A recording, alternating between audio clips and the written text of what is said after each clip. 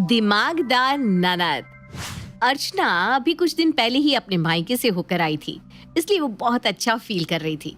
उससे भी ज्यादा खुशी की बात ये थी कि अर्चना की ननद कोमल कुछ दिनों के लिए अपनी माँ के साथ ननिहाल जा रही थी। अर्चना को इतना खुश देखकर अर्चना का पति मुकेश कहता है, अरे क्या बात है अर्चना, आज तो तुम बहुत खुश लग रही हो। इस बार मायके वालों ने कुछ ज्यादा ही प्यार दे दिया क्या, जो इतनी खुश नजर आ रही हो। मेरे मायके वाले तो हमेशा मुझे बहुत प्यार देते हैं, पर मेरी खुशी का राज तो कुछ और ही है। अच्छा, ऐसी कौन सी खुशी मिल गई है तुम्हें?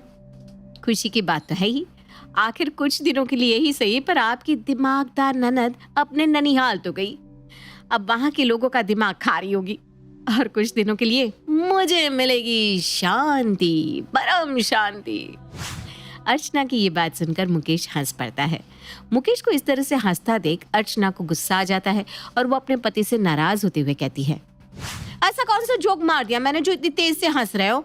तुमने कोई जोक नहीं मारा, पर जो तुम्हारी खुशी है ना, बस चंद ही मिनट में खत्म होने वाली है, क्योंकि माँ जिस गाड़ी से जा रही थी वो गाड़ी खराब हो गई और वो लोग वापस आ रहे हैं। अब मेरी प्यारी बहना कहीं नहीं जा रही। इतना बोलकर मुकेश वहां से चला जाता है।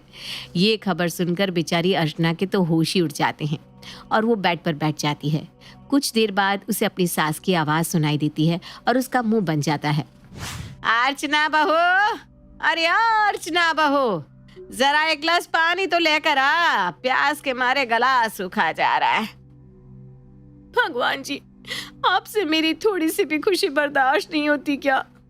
माँ आ गई अच्छी बात है, पर कोमल को तो अपनी नानी के पास जाने देते, कुछ दिन का तो सुकून मिलता मुझे। भगवान, ये क्या किया आपने? इतना बोलकर अर्चना अपना सर पकड़कर बैठ जाती है।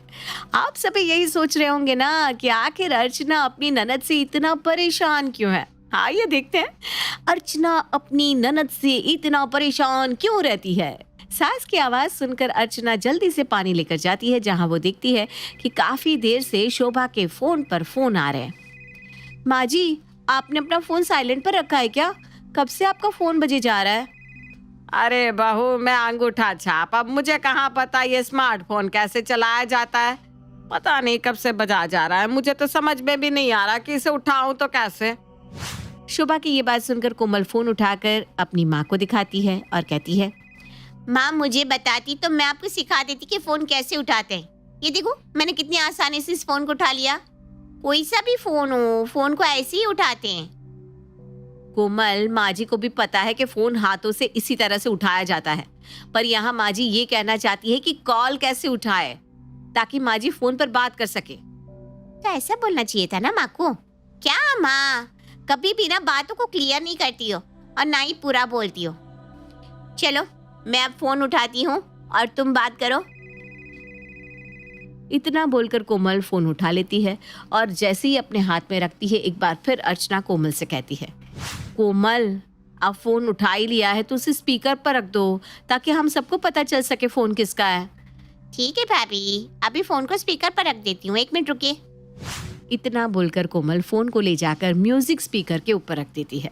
ये देखकर अब शोभा और अर्चना दोनों अपना सर पकड़ लेती हैं और एक बार फिर अर्चना कोमल से कहती है, मेरी प्यारी ननद जी, फोन को स्पीकर पर रखने से मेरा मतलब था कि फोन का जो स्पीकर है ना, उसके ऊपर रखो ताकि हम सब सुन सके। अरे तो ऐसा बोलना चाहिए था ना भाभी, माँ के साथ रहकर आप भी उनकी तरह बन गई हो। 2 मिनट रुको आप। इतना बोलकर समझदार कोमल फोन के ऊपर स्पीकर रखने लगती है। ये देखकर जल्दी से अर्चना कोमल के पास जाती है और उसके हाथ से फोन ले लेती है। ये तूने सही किया बहू, वरना ये बेवकूफ लड़की आज हमारा नुकसान ही कर देती। माँ, मैं आपकी बेटी हूँ, पर आप ना हमेशा भाभी की साइड लेती है। मैंने तो वही किया जो भाभी ने कहा। भाभी को ही सोच समझ कर बोलना चाहिए ना। आप और भाभी ना कभी बातों को क्लियर नहीं करते। हाँ हाँ कोमल, तुम बिल्कुल सही कह रही हो। तुमने बिल्कुल वही किया जो मैंने कहा था। गलती तो मेरी है जो मैं तुम्हें कुछ समझा नहीं पाती।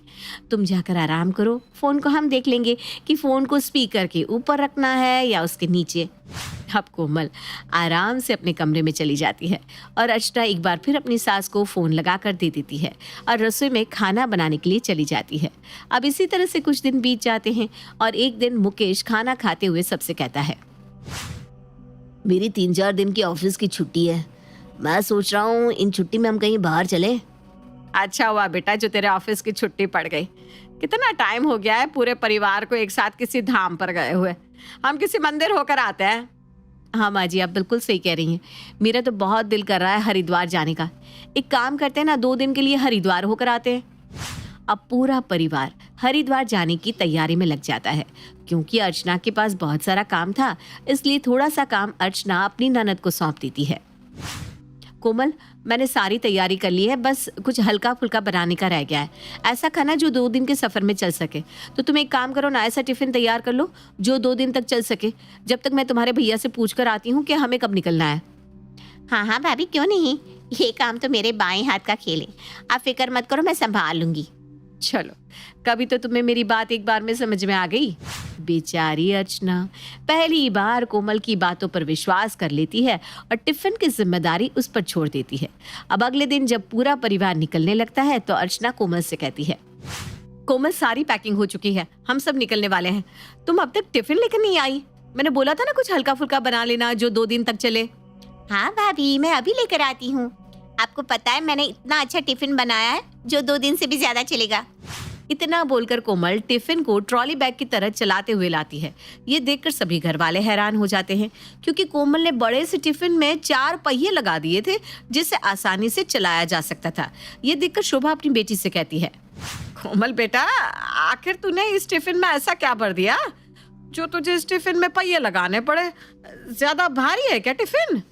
नहीं माँ, टिफिन तो अंदर से खाली है, इसमें तो भाभी खाना रखेगी। भाभी ने मुझसे क्या कहा था कि मैं ऐसा टिफिन बनाऊं जो 2 दिन तक चले, तो मैंने तो इतना मजबूत टिफिन बना दिया जो हमेशा चलेगा।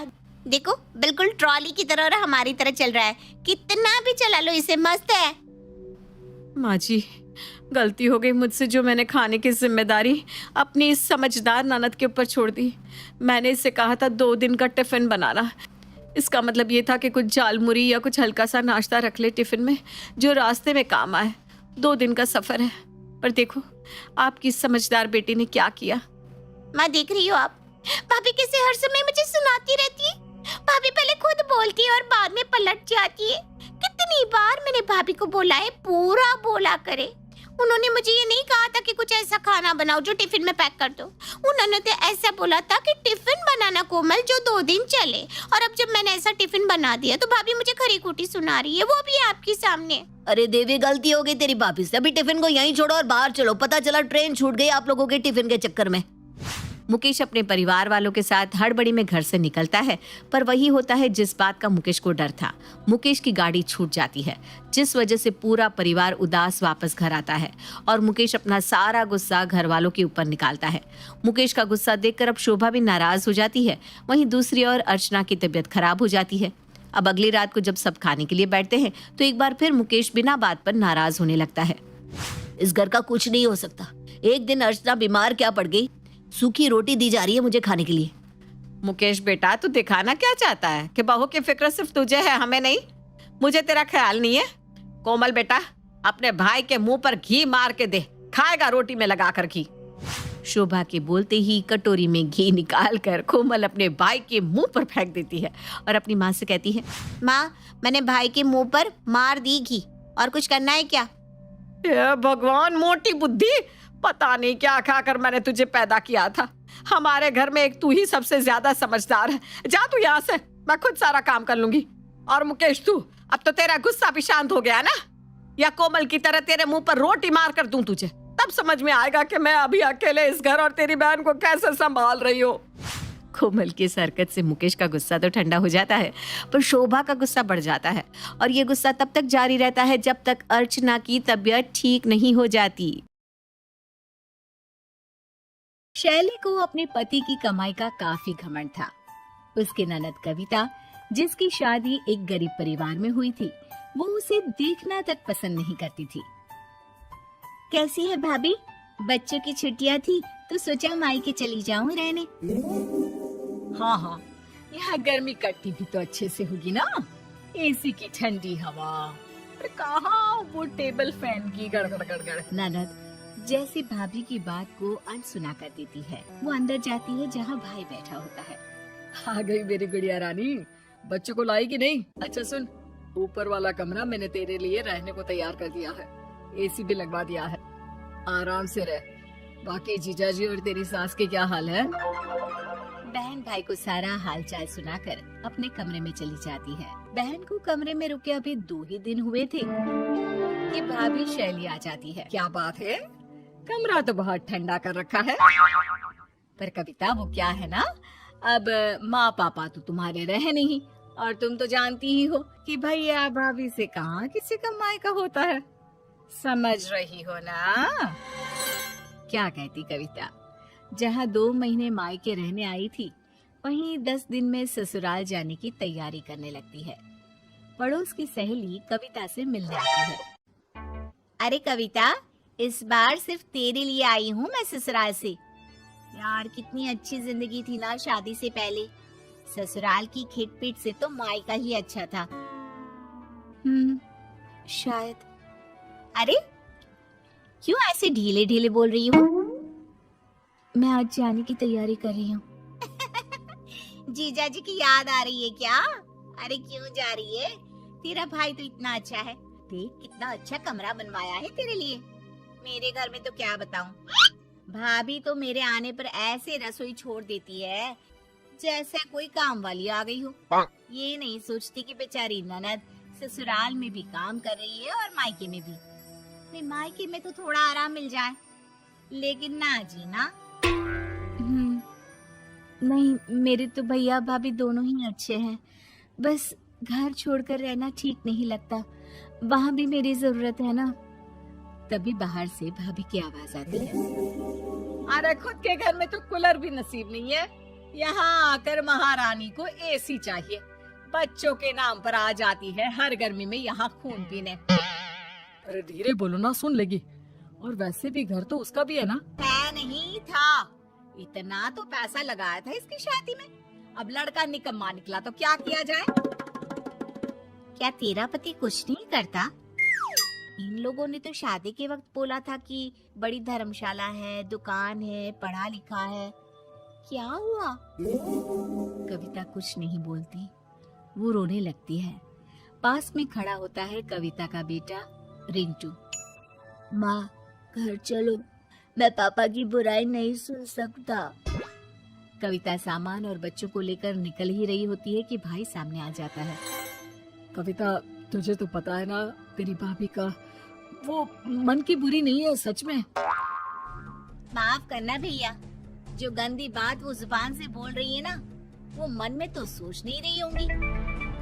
ओए मीना कुमारी, हम लोगों के घर की बात में बीच में पड़ने की जरूरत नहीं है, समझी? ओ मधुबाला, इसी घर में पली बड़ी हूँ मैं।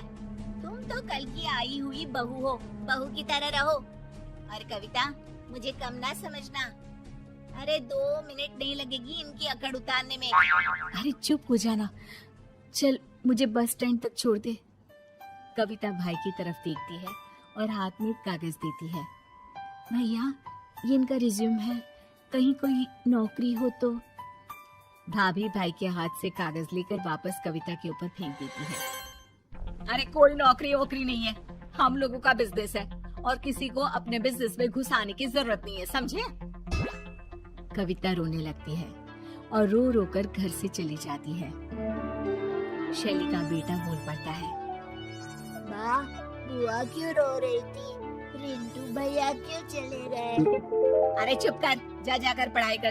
भैया क्यों रो रही थी? बड़ा आया बुआ का भतीजा। देखो शैली, ये तुमने अच्छा नहीं किया। घर की बेटियां घर से रोते हुए जाए, ये ठीक नहीं होता।